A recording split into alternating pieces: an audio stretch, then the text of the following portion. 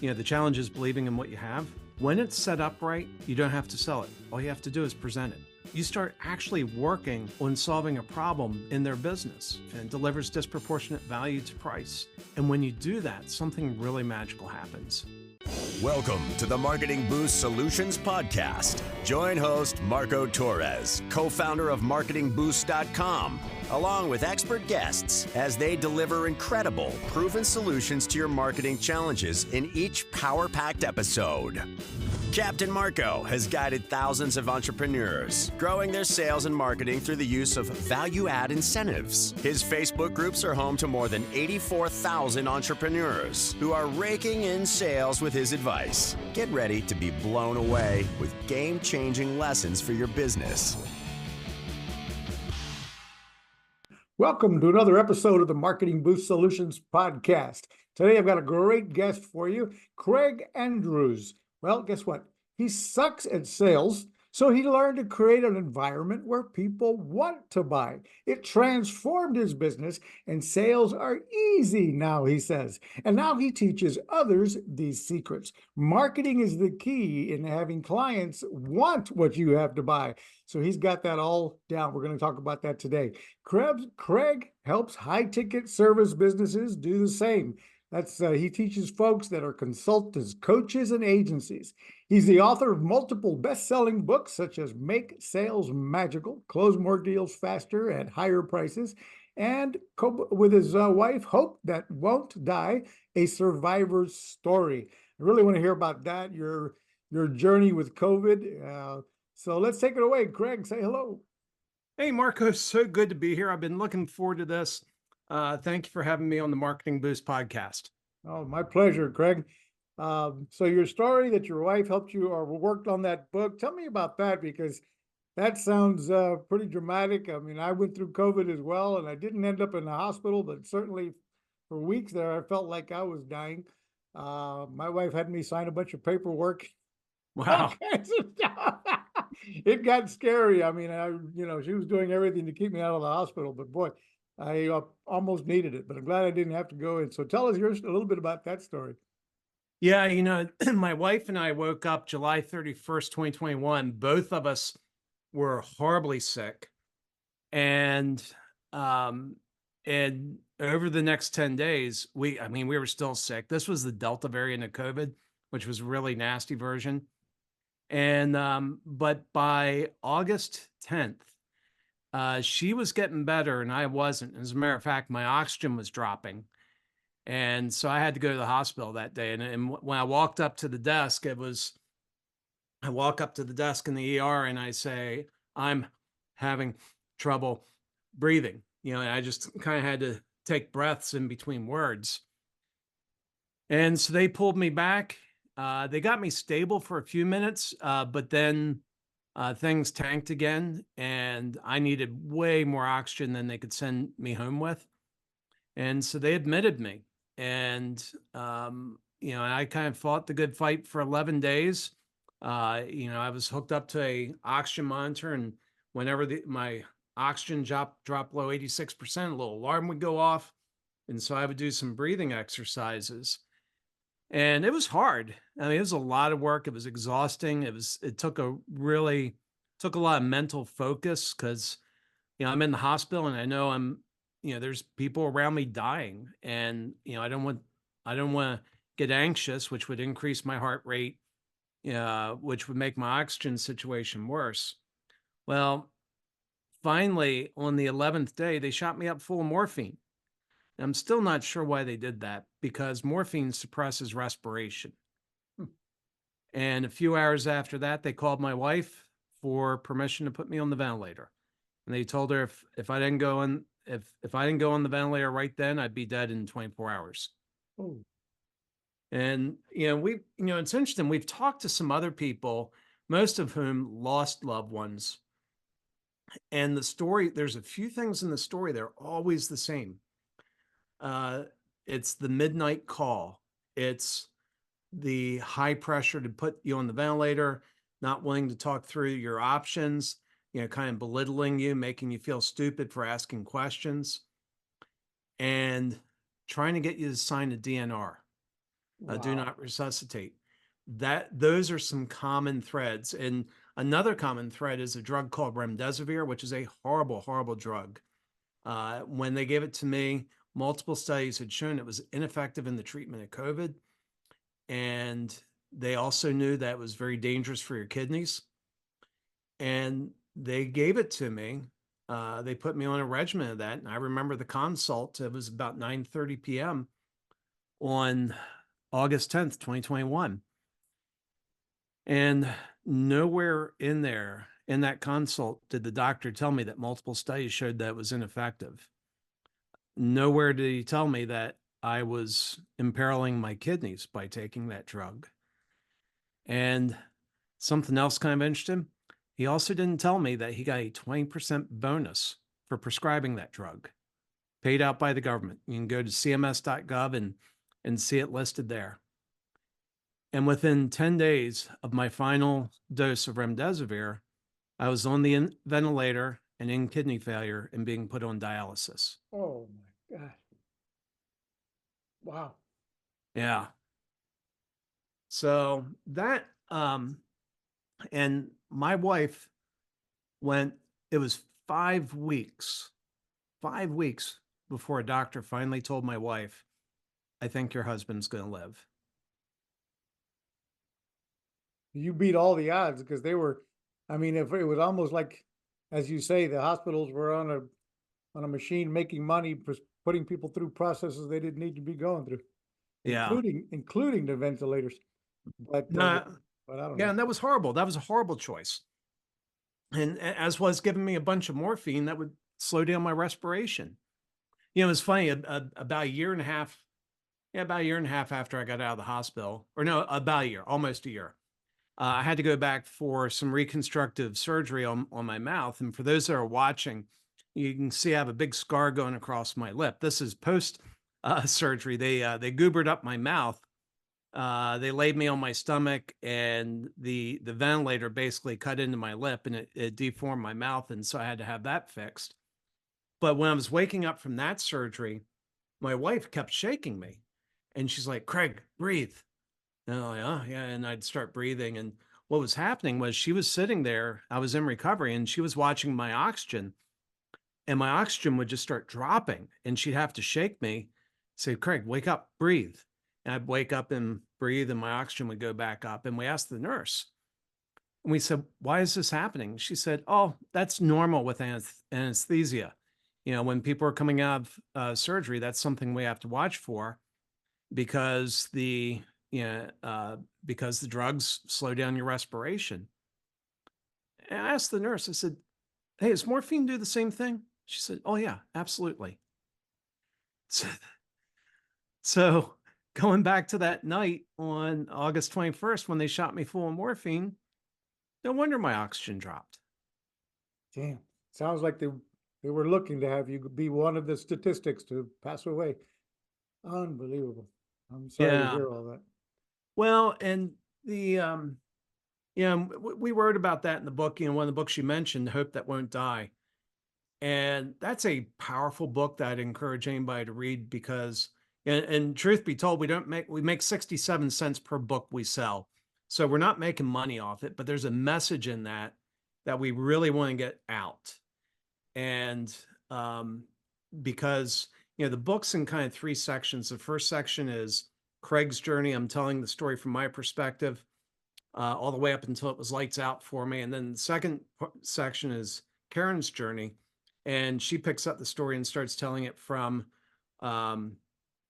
when she steps back to the day I went in the hospital and carries it forward until I come home from the hospital. But the third section is lessons from the journey. And that's the part in particular I think people really need to read as they think about their own healthcare going forward. But there was something else that happened that was really interesting during that time. So it was lights out for me for 6 weeks. And when I woke up, I noticed something really weird. My trust in the doctors had completely plummeted, while my trust in my wife had gone through the roof. And so the doctors would come around, they'd want to do something, and anytime they asked, I just said no. Well, I couldn't talk, so I'd shake my head no. And so they would go and ask my wife. And she would come to me and say, hey, the doctors want to do such and such. And I would mouth to her, is it safe? And she'd say, yeah, it's safe. And once I heard her say it was okay, I would go ahead and do it. But the thing that's kind of bizarre is how the trust relationship changed so much when I was supposedly asleep. And it started to make sense a couple weeks later when I realized I believed some things about reality that weren't true. I'd had a bunch of dreams, and I use the term dreams because I don't have a better word for it. But one day I started asking my wife, I said, I'm going to tell you some things. And at this point I could talk. I said, I'm going to tell you some things. I need you to tell me if they're true or not, if they really happened. And I started telling this story about being in a wild Louisiana resort, going through some interesting rehab. And I said, at one point you came in, you put your hand on my shoulder and you said, Craig, this is Karen. I'm your wife. It's going to be okay. And Karen sat back and she looked at me and she said, Craig, I said those exact words when you were in your coma. Wow. And so it started hitting me. I was like, there were messages coming in to my world while I was checked out. And the thing that started hitting me as I thought more about it and as I was writing Make Sales Magical, when we're in a selling environment, we're always sending messages. Sometimes we're sending messages we don't intend, and they're communicated through our body language. And unless you're a certified sociopath, you can't shut down your body language. Your body language will give you away. And so one of the things I learned in the process was, well, I'd been doing this before, but it started making sense why our first time offers, which are the subject of Make Sales Magical, why they work. And part of the reason is it takes you out of sales mode and puts you in service, kind of service mode where you're trying to serve somebody. And when you are no longer trying to sell, it changes your body language. And when your body language changes, your prospect relaxes. They don't feel like they're being sold. They feel like you're trying to help them. And before you know it, you got a sale. True. But you have to be a real believer in what you do and make sure you have the ability to convey that in a truthful manner. And like you say, it'll get easier. And that's a combination of believing in what you do and practicing. Well, I'll let you talk about that, Craig. Tell us about that magical journey and how you got to the point now where you are coach business. You coach the coaches and financial advisors and others on how to properly set up the marketing, as you say, so that leads are coming in the door wanting to buy your product and service. Yeah, and let me take a step. Yeah, so we see it as a journey, like the stages of courtship. And if we break it down to like 5 simple stages of courtship, you have an introduction, and then you have a conversation. If the conversation goes well, then you have coffee. If coffee goes well, then you have dinner. And if dinner goes well, then you have commitment. And so if we go back to the very first stage, introduction, that's where your leads are coming in. They can come in from a variety of means, referrals, ads, networking, direct mail, doesn't matter. But you should have a method of introduction. You must have a method of introduction.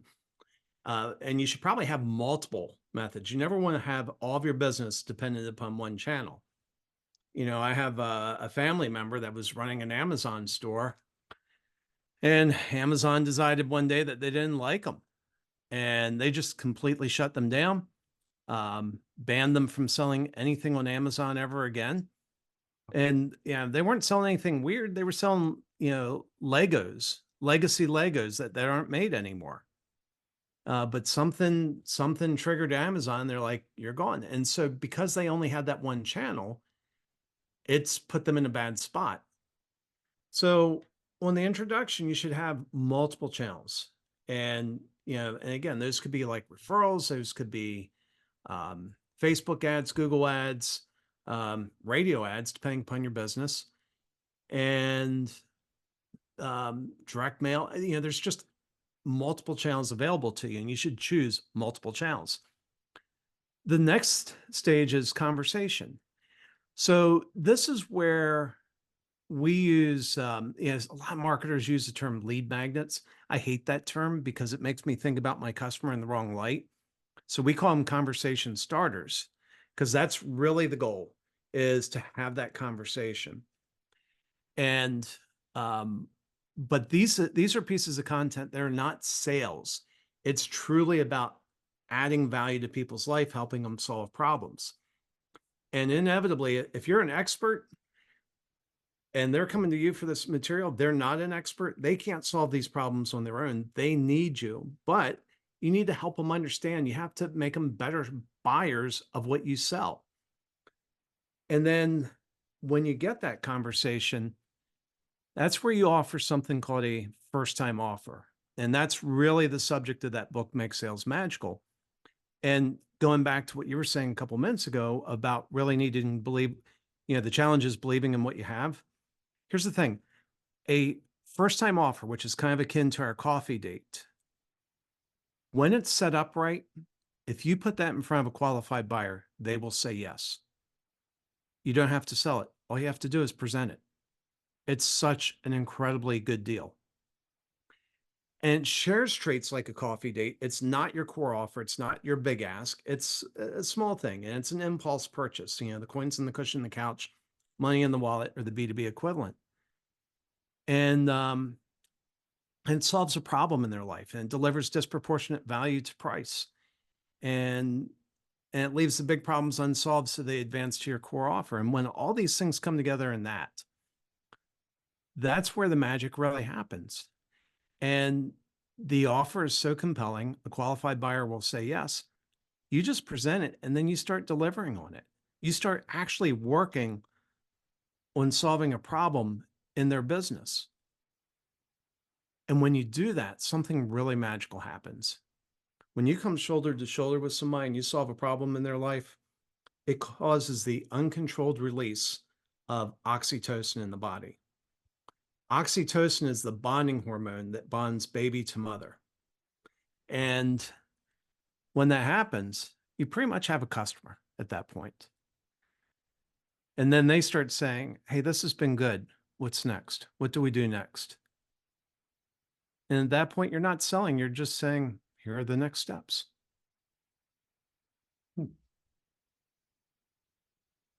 That's powerful. It's a good point. You bring them in with that, I guess you referred to as conversation starter or tripwire product. I like that line you have there, the change in the couch, or the loose coins in the drawer, making it easy to just go ahead and let's get started with this test product you have, or this trial, or this what do you have, first time offer, and then prove on your deliveries. And then the next step is whatever it is your upsell is, assuming you can deliver on your upsell as well.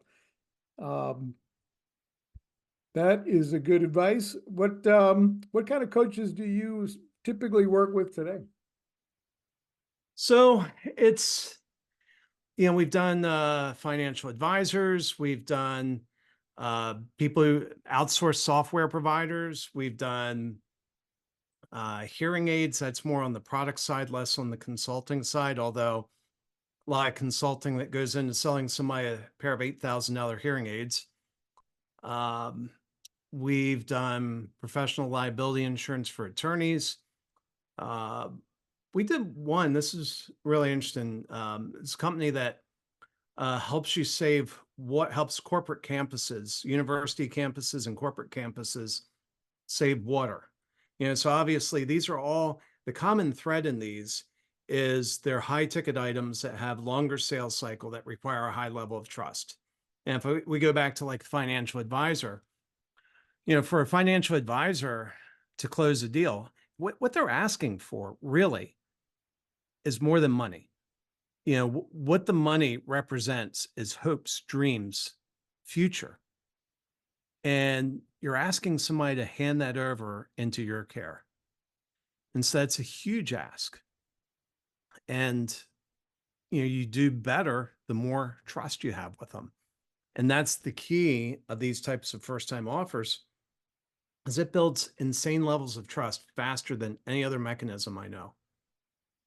So I was looking at your website, and one of the several, one of the sections on it there about generating inbound, prospecting inbound, and the problem, as Harvard Business Review points out, nobody wants to be in your sales funnel. Nobody wants to, they want to do their own education in today's world. They're going to look at, they're going to educate themselves before buying a high ticket item. They're going to do Google search. They're going to look at your website and your others and your competitors.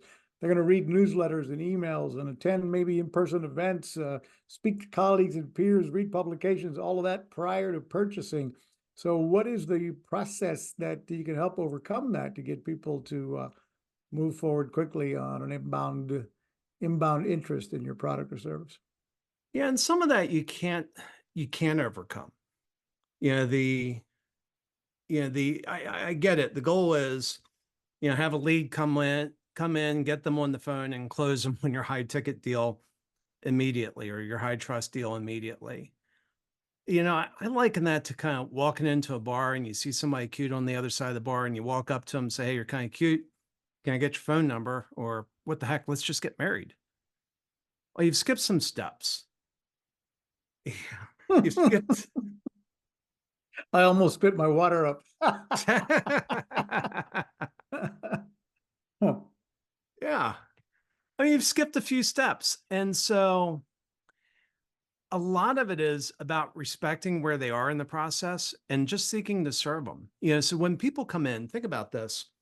When they're getting ready to spend, here's somebody else, another industry we've done a little work with, managed service providers, people who keep your IT running. And I knew one, we ended up not working with them because we couldn't break them free of this idea.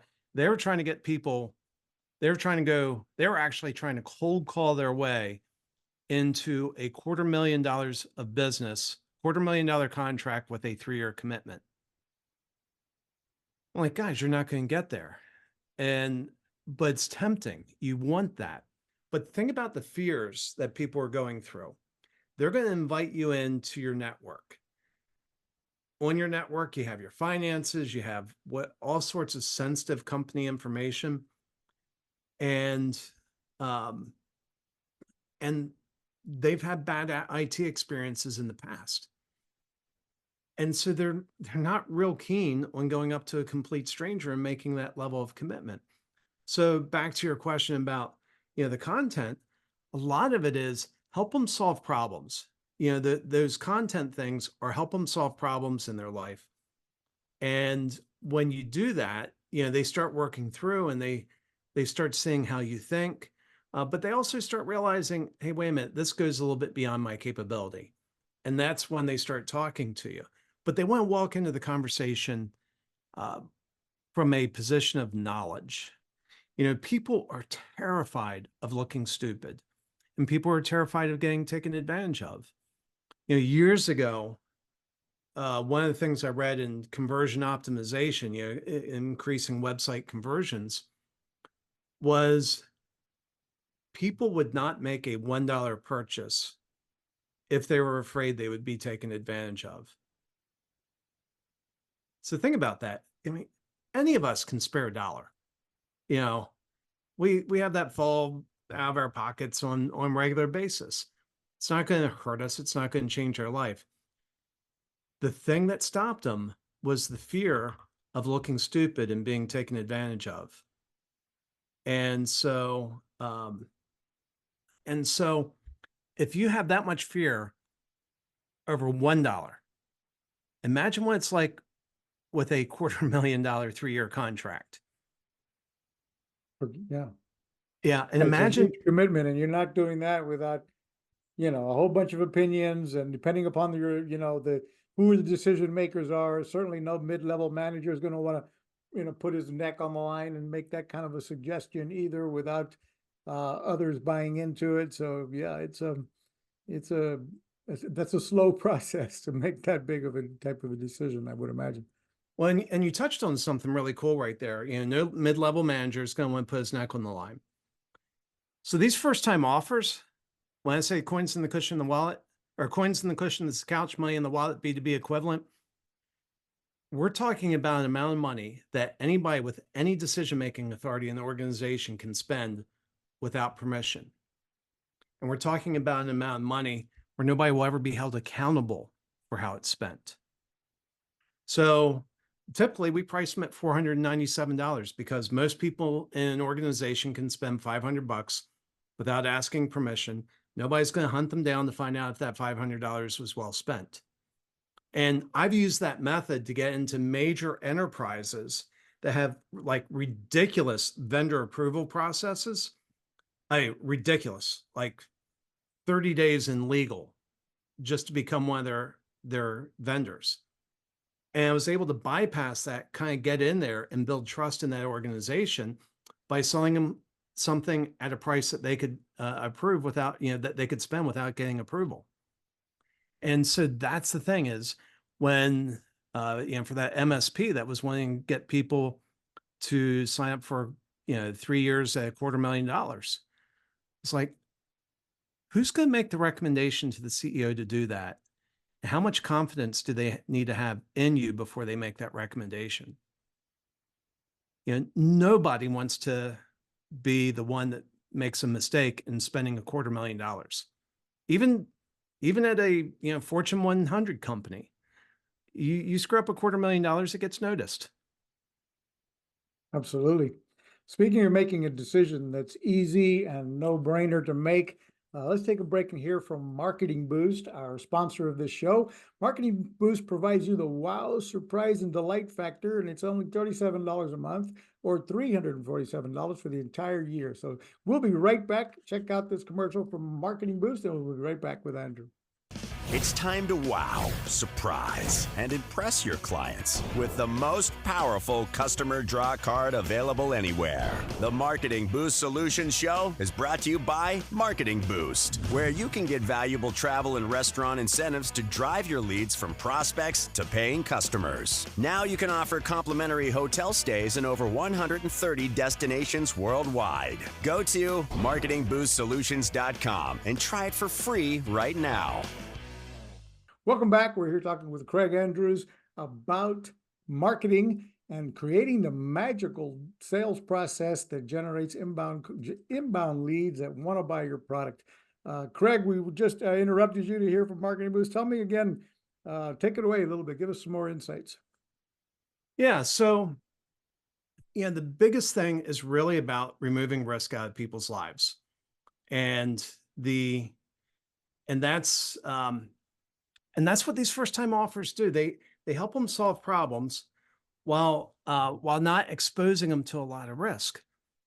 And one of the reasons we liken it to coffee dates is think about you're going up to a coffee date, you have somebody that you see, you go on the coffee date because you're hoping for bigger and better things.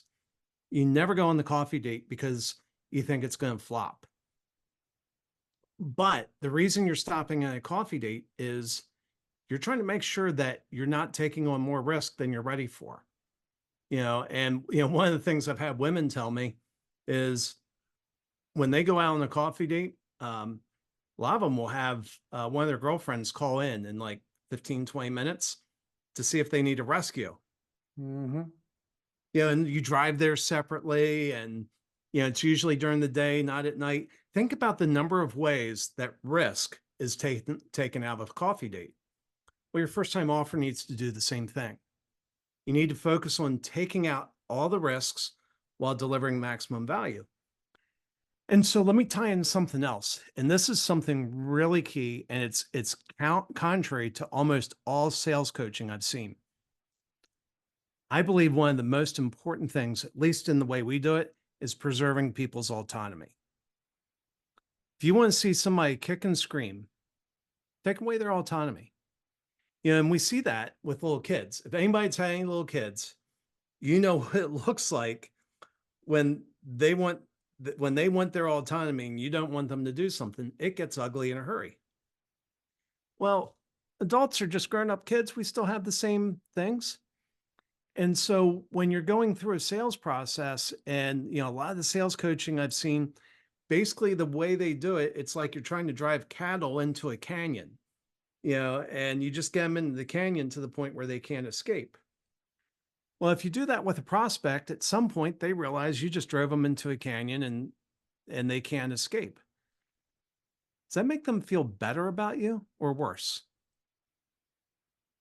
Worse, yeah. So as you take them with all, you're getting them the yeses along the way, you might be pushing them into the where they feel constrained, and suddenly it's like, I got to get out of here, and the body language changes. Yeah. Right, right. So one of the things that we do with our first time offers is when we get to the end of them, and before we even, you know, in the process of presenting the first time offer, before we ask them if they want to buy it, and actually rarely we ask if they want to buy it. We just present and let them see how they respond. And because again, if you put it in front of a qualified buyer, if you put it in front of a problem that somebody has the problems that you can solve, they're going to ask, hey, how much does this cost? This looks interesting, something like that. But when we present it and price it out, we tell them, once you have this, you have three choices. You can take the results and go implement them yourself. You can take the results and have someone else implement it on your behalf. Or if we mutually agree, we'll help you implement them. And so that's preserving their autonomy. And if you want people to move forward, they need to know that they're not being locked into a decision they can't get out of. That was powerful. Go with those three lines again. You can take this And implement it yourself. You can take it and have someone else implement it on your behalf. Or if we mutually agree, we'll help you implement it. I like that. Now, that third part, think about the coffee date. When you go on a coffee date, you're not agreeing to do anything after the coffee date. You're going on the coffee date to see if it's a match. Well, if you're in a service business, whether, you know, again, financial advisor, consultant, coach, one of the worst things for your business is bringing a bad client in. And maybe they're not bad by themselves, but maybe you're just bad together. Yeah, and when you do that, it ends up chewing up tons of time and resources. It becomes a mess. And so part of the job of this first time offer is not only for them to evaluate if you're good for them, but it's also your job to evaluate if they're good for you. And Yeah, I like that third line, because I've often used the line, you know, at the end as part of a close. It's like, hey, you know, reach out my hand, says, can we give you a hand? You know, can we give you a hand with that? Would you like a hand with that? Would you like us to give you a hand with putting, you know, doing this for you? But your line is even more powerful. You know, if we mutually agree, that's kind of a takeaway at the same time. It's kind of a, if you apply and qualify, so to speak, if we mutually agree, then we can help you implement it. And that puts the kind of, I like that mindset. It kind of does a takeaway that, well, what do you mean if we mutually agree? It's, don't I just have to agree to pay you? No, we have to decide whether it's a good fit. I like it. Yeah, yeah. You know what? Let me share your website on the screen here for anybody watching. You want to find more here about Craig, go to alliesforme.com, alliesforme.com, and you have on here the first time offers. Is it a PDF or something here that you provide as a free bonus? Is that correct? Well, we have a PDF that you can download. I don't think we have it on that page that you're looking at, but if you go to our download section, it's definitely there. And yeah, right there on the left. Okay. How to build a first-time offer that will break your cash register. Boom. Cool. Yeah. Yeah, the last page you were on, that was actually somebody we built, you know, the video, there was somebody we built a first-time offer for. one of your fellow citizens of Orlando. Hmm. And it's, yeah, if you click on the make sales magical orange thing there, that will, to the right. There we go. If you click on that and you go to the bottom of that page, there's a video, and that's guy named Josh. We helped him build his first time offer. In this video, he talks about how it doubled his closing rate immediately. Wow. Wow. With many projects delivering $4,000 to $5,000 in value, it only cost him $497. That was your $487 product you were just talking about. Cool. Yep. Nice, nice. So, anything else we should know about here on this website, Craig? No, I mean, we have a little thing saying get started. If somebody somebody wants to reach out to us and talk about doing something, the obviously the one thing I can promise here is if you jump on Zoom, we're not gonna try to close the big deal on you. We're gonna figure out if we can help you, and if we think we can, then we'll kick off a little mini project, and it's going to be stupidly cheap, and it's going to offer tons of value. Sweet. So tell me about your virtual CMO or CFO that you, I think I read somewhere on your website about that. Yeah. So, yeah, I think it's some of the blog articles we've released recently. So we're, we've been doing this for years, but we're kind of formalizing the language around it. We're basically a fractional chief marketing officer for people. So a lot of, if you go to the larger enterprise size businesses, you have these guys, they're making, $300,000-$400,000 a year, to help you set your marketing strategy. And a lot of us that are business owners can't afford somebody like that on the payroll. And so something's become popular. You have fractional CFOs, you have fractional COOs. We also have fractional chief marketing officers. And that's where we can come in and work with companies that now maybe you already have a marketing team, but they just need a little bit more, senior direction to get a good strategy in place, and they're going to carry out the execution. Well, that's more on the fractional role. We have some people that come to us and they have one, maybe two people in the marketing team. And so they need not only the strategy and the direction, the oversight, but they need some help with the execution. And so we help out with that as well. Great. And I understand most of your avatar, the clients you help best are mid-sized business owners doing $1 million plus a year in revenue or more, and those are the ones that you can help scale to a whole nother level. Yeah. Did I leave anything out there, Craig?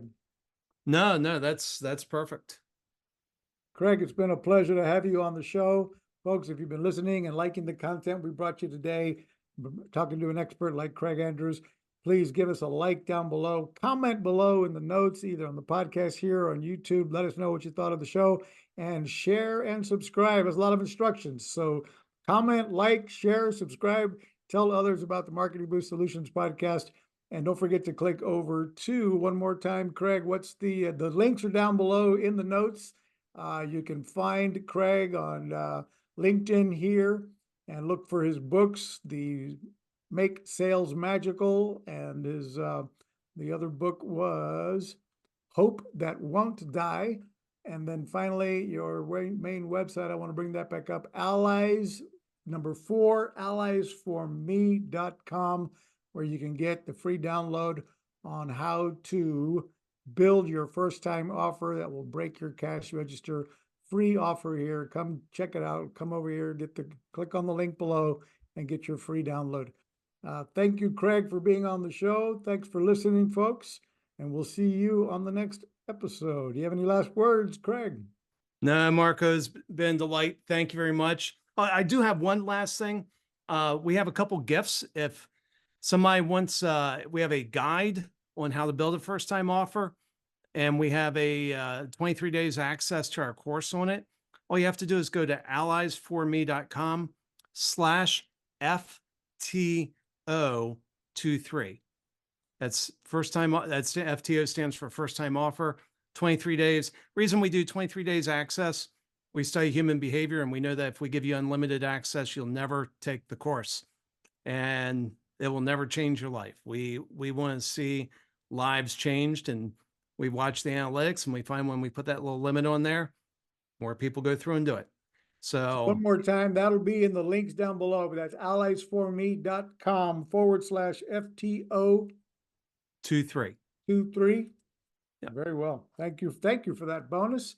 The 23-day, is it a 23-day course, or it's tell us a little bit more about that. You know, we just judging by what I see in the analytics, we have people that finish that in 2 or 3 days. We're just giving them 23 days access. So, you know, it creates a sense of urgency for them to go in and consume it. And because otherwise it just gets put off and they never do it. Got it. Makes a lot of sense. Just kind of like what we do with a marketing boost incentives. You got 7 days to activate them. So go check marketingboost.com and go check out alliesforme.com /FTO23. Thanks again, Craig. Thanks for listening to another episode of Marketing Boost Solutions Podcast with your hosts, Captain Marco Torres. Now it's on you. Take the next step now. Go to marketingboostsolutions.com for more on how you can wow, delight, and surprise your clients with the most amazing draw card on the planet. So stay thirsty, my friends. Stay thirsty for knowledge. See you next time.